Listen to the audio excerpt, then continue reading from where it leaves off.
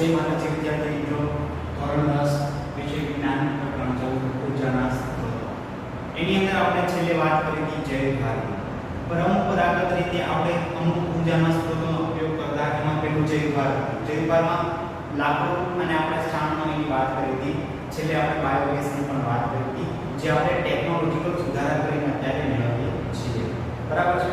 તમે પૂછે કે જૈવભારનો ટેકનોલોજીકલ સુધારા દરમિયાન અત્યારે હાલ જે આપણે મેળવીએ છીએ તે વિશે ચર્ચા કરવાનો બાયોગેસ ચર્ચી શકાય. અહીં આપણે પવન ઉર્જાની વાત છે. જેમ આગળ પરંપરાગત રીતે એટલે કે પ્રાચીન સમયથી જેમ લાકડાનો અને છાણનો ઉપયોગ થતો બળતણ તરીકે એટલે કે ઉર્જાના સ્ત્રોત તરીકે, એવી જ રીતે પ્રાચીન સમયથી જ તે પવન ઉર્જા પણ એક ઉર્જાનો સ્ત્રોત હતો. એની અંદરથી પણ ઉર્જા મેળવવામાં આવતી હતી. તો કેવી રીતે ઉર્જા મેળવવામાં આવતી? જે જગ્યાએ તે પવનનો કાયમ આવતા હોય એવી જગ્યાએ એ લોકોએ પવનચક્કીની વ્યવસ્થા કરતા અને એ પવનચક્કી દ્વારા એ લોકો એ પવન ઉર્જાનું જે પવન, જો તમને પહેલા ખબર હશે કે પવન કેવી રીતે ઉદ્ભવાય, હવા અને પવનમાં ફેર છે. અમુક જગ્યાએ તમે હવા શબ્દ વાપરો તો એ પણ અલગ છે, અમુક જગ્યાએ પવન શબ્દ વાપરો તો એ પણ અલગ છે. તો પવન કોને કહેવાય? જો હવા તો બધે રહેલી છે, આ રૂમ છે તો રૂમની અંદર પણ હવા છે, પણ આને પવન ના કહેવાય. પવન ક્યારે કહેવાય? કોઈ હવા એક ગતિ પકડી લે ત્યારે એ ગતિમાન હવાને પવન કહેવાય. શું કહેવાય? ગતિમાન હવાને પવન કહેવાય. તો હવા છે ક્યારે પવન બને? તો તમે બધાને ખબર છે કે ઉપરથી સૂર્યના જે વિકિરણો એટલે કે જે સૌર વિકિરણો છે એ એની અસરને લીધે આ ભૂમિના ભાગ એટલે કે ભૂખંડો છે એના ઉપર પણ અલગ અલગ અસર થાય છે. અમુક જગ્યાએ વધારે ગરમી થઈ જાય, અમુક જગ્યાએ ઓછી ગરમી હોય. અને એવી જ રીતે જળભાગ એટલે સમુદ્રની અંદર જ્યાં જળ છે ત્યાં પણ એવું થાય કે ભૂખંડ અને જળ સપાટી બંનેની સાપેક્ષે વાત કરો તો તાપમાનમાં બંને જગ્યાએ ફેર રહે છે. અમુકનું એક જગ્યાએ તાપમાન નીચું હોય તો જળ વધુ ઊંચું પણ હોઈ શકે અથવા તો નીચું પણ હોઈ શકે, સમાન રહેતું નથી. અને એના કારણે જ પવન ઉદ્ભવે છે. એટલે જે હવા છે એ ગતિમાન થાય છે, કાં તો દરિયાથી ભૂખંડ તરફ અથવા તો ભૂમિથી દરિયા તરફ આવી કઈ ગતિઓ ચાલુ રહેતી હોય છે. તો આ પવનનો ઉપયોગ કરીને એમાંથી ઊર્જા મેળવવામાં આવે છે. પ્રાચીન સમયમાંથી એ લોકો ઊર્જા કેવી રીતે મેળવતા? એ લોકો શું કરતા? દાખલા તરીકે પવન છે, પવનચક્કી દ્વારા એ કંઈક કૂવાની અંદર જેને પંપ સેટ હોય તો એ પંપ સેટ બહાર ખેંચવા માટે પવનચક્કી વાપરતા. પવનચક્કી લગાવી દે અને જેમ પવન આવે એના પાંખિયાઓ ફરે, એ પાંખાની મદદથી કૂવાની અંદર કે બોલમાંથી એ પંપ સેટ બહાર ખેંચતા. તો એ પણ ઊર્જા વાપરી દે. બીજું, પવન ઊર્જા અમુક ઉપડવા માટે તમે બધાએ જોયું છે, ઉપડવા માટે એ લોકો આવી રીતે જે પવન મોટો વધારે આવતો હોય એવી જગ્યાએ ઉપડતા હોય, જેથી અમુક હલકા પદાર્થ કે કોતરાઓ છે દૂર જતા રહે. અનાજ ઉપડતા હોય અનાજ જે ભારે છે નજીક એમ રીતે ઉપડવાનું કામ કરતા હોય છે. તો એ આ પવન ઊર્જાનો ઉપયોગ છે. તો હાલ ટેકનોલોજીમાં કંઈક સુધારા કરેલા અને એમણે વિસ્તૃત એક પવનચક્કી બનાવી. તો પવનચક્કી તમે બધાએ જોઈ જશે. આટલા વિસ્તારોમાં આપણે અહીંયા નજીક બોટાદમાં ક્યાંય નથી જોવા મળતી. કેમ નથી જોવા મળતી? એની પણ કંઈક મર્યાદાઓ છે. મેં તમને સમજાવી દઉં કે શું મર્યાદાઓ છે, શા માટે બોટાદમાં નહીં હોય. ચલો, પવનચક્કી એવું કામ કરે છે.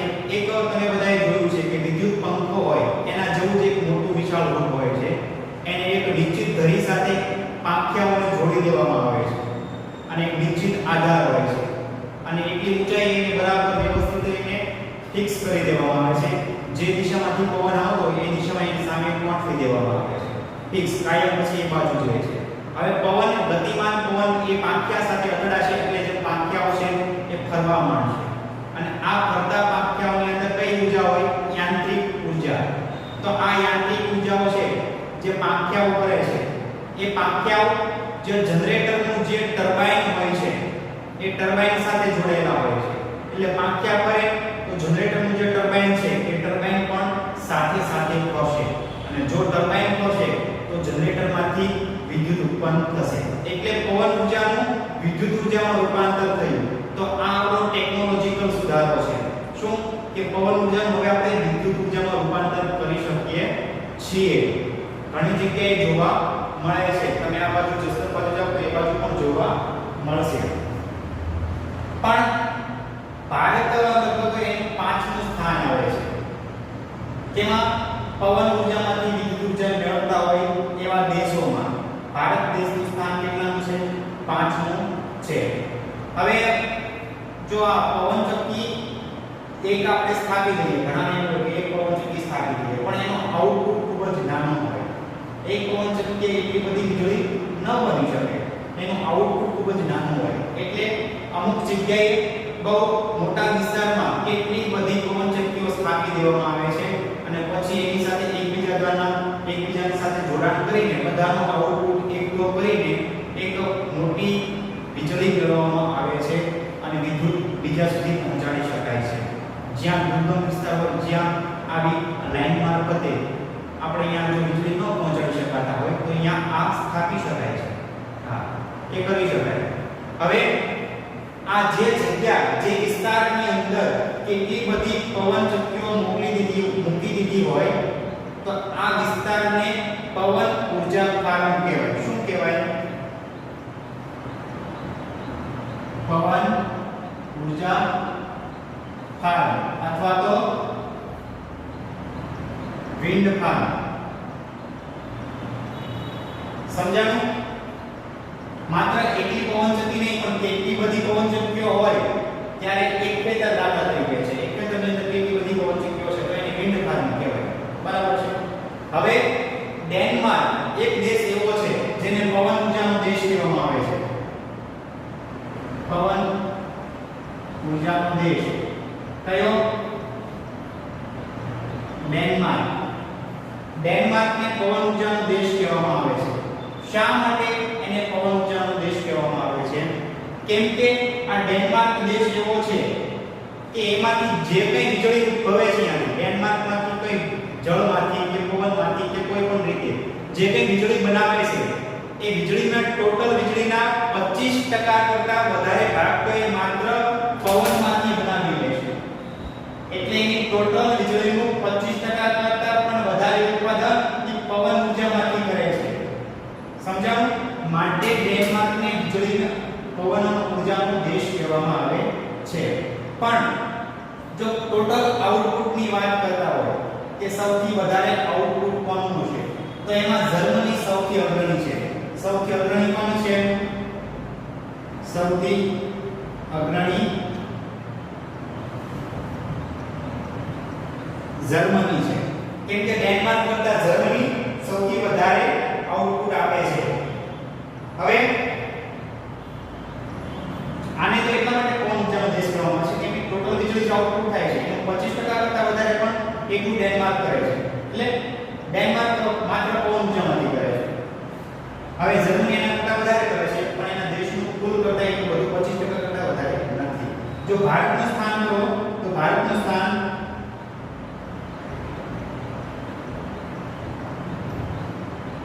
5મું છે કે પવનમાંથી વીજળી મેળવતા હોય તો એવા દેશોમાં ભારતનું સ્થાન 5મું આવશે. પણ યાદ રાખો, આપણે ખરેખર તો જો પવનમાંથી વીજળી મેળવી હોય ને તો આપણે બધા કરતા આગળ નીકળી શકીએ એમ છે. કેમ કે ભારત પાસે એવી સ્થિતિ છે કે જો ધારે અને બધા શસ્ત્રો જો એનો ઉપયોગ કરે તો માત્ર પવનમાંથી જે 45,000 મેગાવોટ જેટલી વીજળીનું ઉત્પાદન કરી શકે છે. માત્ર પવનમાંથી જ. પણ આપણે નથી કરતા. કેમ નથી કરતા ખબર નહીં. પણ આપણે જો ભારતની અંદર મોટામાં મોટું એક વિન્ડ ફાર્મ આવેલું હોય તો એક દક્ષિણ ભારતના કન્યાકુમારીની પાસે, તમિલનાડુમાં જે કન્યાકુમારી છે એ તમિલનાડુ કન્યાકુમારીની પાસે એક વિન્ડ ફાર્મ છે જ્યાં લગભગ અંદાજિત 380 મેગાવોટ વિદ્યુત પાવરનું ઉત્પાદન કરવામાં આવે છે. ત્યાં કન્યાકુમારી નજીક.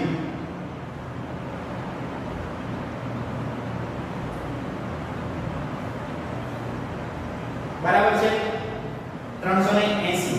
હવે આ એક રીતે સારું છે. શા માટે સારું છે? કેમ કે આ પુનઃપ્રાપ્ય છે. ફૂટવાનો નથી. પવન તો આવ્યા જ રાખશે. જેટલો જોઈએ એટલો વાપરી લો. તો આ સારું છે. પુનઃપ્રાપ્ય છે. જેમ પેટ્રોલ ને કોલસો તૂટી જવાના છે, આ તો કંઈ તૂટવાનું નથી. તો આ વાપરી શકાય, પણ કંઈક એની મર્યાદાઓ પણ છે. તો શું મર્યાદાઓ? એની મર્યાદાઓ પણ પૂછાઈ શકે. તો પહેલું કે આનો ખર્ચો થોડો વધુ થાય છે. એ મોટી પાંખિયાઓની આખી સિસ્ટમ છે, એનો ખર્ચો બહુ વધારે હોય છે, અને એકલી પવનચક્કી તમે ઊભી કરી દો તો એનો આઉટપુટ ખૂબ જ ઓછો હોય છે, એટલે એ આપણું બધું કામ બનતું નથી. બીજું, હવે ત્રીજું, એ એવા જ વિસ્તારોમાં સ્થાપી શકાય છે કે જ્યાં વર્ષ દરમિયાન એના મોટા ભાગના દિવસોમાં કાયમ એટલો પવન આવતો હોય. નકર દિવસોના વર્ષના 365 દિવસમાંથી માત્ર 100 દિવસમાં જ સારો પવન આવતો હોય અને બાકીના દિવસોમાં ન આવતો હોય, તો અહીંયા પવન આ પવનચક્કી કેવી રીતે આપણે ફેરવી શકીએ? તો એ નકામું બની જાય, ખોટે ખોટું અહીંયા પૈસા રોકાણ બગડી જાય. તો એવી જગ્યાએ ન સ્થાપી શકાય. ચોક્કસ જગ્યાએ જ્યાં સારો પવન આવતો હોય ત્યાં સ્થાપી શકાય. બીજું, જો પવન જે આવે એની ગતિ 15 કિલોમીટર પ્રતિ કલાક 15 કિલોમીટર પ્રતિ કલાક ઓછામાં ઓછી હોવી જોઈએ પવનની ગતિ. કોની? પવનની ગતિ. તો જ એ જગ્યાએ પવન ઉર્જામાંથી વીજળી મેળવી શકાય. જો જે જગ્યાએ બોટાદની અંદર આટલી બધી પવનની ગતિ હોતી નથી અને વર્ષના મોટા ભાગના દિવસોમાં આવી કોઈ ગતિ હોતી નથી, ત્યારે હોય તો મોટા ભાગના દિવસોમાં પવન 15 કિલોમીટરની પ્રતિ કલાકની ઝડપે નથી હોતો, માટે અહીંયા પવનચક્કીઓ નથી. બરાબર? જે જગ્યાએ સારો પવન એટલે 15 કિલોમીટર પ્રતિ કલાક કરતાં વધુ ઝડપે જ્યાં ફેંકાતો હોય એ જગ્યાએ પવનચક્કીઓ સ્થપાય છે, માટે એવી જગ્યાએ હોય, બીજે હોતી નથી. તો આપણે આ વાત કરી મળ્યો. બીજી મર્યાદાઓ પણ કંઈક એવી છે કે ધારો કે કોઈક દિવસ પવન નથી તો તે દિવસે શું એમાંથી વીજળી નહીં મેળવવાની? આપણે જરૂર હોય તો શું કરી લેવાનું? જરૂર છે તે દિવસે પવન નથી તો શું કરવાનું? તો એની માટે કંઈક સંગ્રાહકની પણ જરૂર પડે છે કે જ્યાં વીજળી બનતી હોય એનો આપણે એક જગ્યાએ સંગ્રહ કરી શકીએ, અને જ્યારે પવન ન હોય ત્યારે સંગ્રાહકમાંથી આપણે વીજળી વાપરી શકીએ. એટલે ચિંતા નહીં, એટલે મોટા સંગ્રાહકની જરૂર પડે જે મોટા જથ્થામાં વીજળી રોકી શકે. આ પણ મર્યાદા છે. પછી બીજું, એ મોટી જગ્યા લઈ લે છે. ઓછા વિસ્તારની અંદર તો પવનચક્કી સમાય નહીં. માત્ર તમારે 1 મેગાવોટ તમારે વિદ્યુત પાવરનું ઉત્પાદન કરવું હોય ને તો એ 2 હેક્ટર જમીન લઈ લે. કેટલી જમીન લઈ લે? 2 હેક્ટર. 2 હેક્ટર તો આપણી પાસે જમીન ના હોય. 2 હેક્ટર એટલે લગભગ 12 વીઘા જેટલી થાય. આપણે અહીંયા જે વીઘા આપીએ છીએ એમાં. તો એટલી તો આપણી પાસે જમીન ના હોય. બરાબર? એટલે જમીન પણ લઈ લે. આ બધી મર્યાદાઓ છે. આગળ બીજી પણ કઈ મર્યાદાઓ છે કે આની જાળવણી બહુ સારી રીતે કરવી પડે, કેમ કે યાંત્રિક છે. આ પંખાઓ છે એ બધી બરાબર સાવચેતી રાખવી જોઈએ, નહીંતર ખરાબ થઈ જાય. બરાબર? હવે બીજું કે જ્યારે વરસાદ હોય, સૂર્યનો મોટો તાપ હોય કે પછી વાવાઝોડા કે તોફાન હોય, ત્યારે પણ એ પંખા ઉપર ખૂબ એની અસર થાય છે, ક્યારેક તૂટી પણ જાય, એવું પણ બની શકે.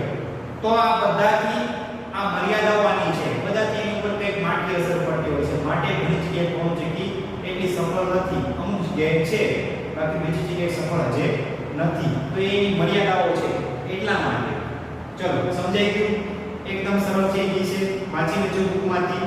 આ લેક્ચર અહીંયા સુધી રાખીએ. મળશું આગળના લેક્ચરમાં. અત્યારે જય માતાજી.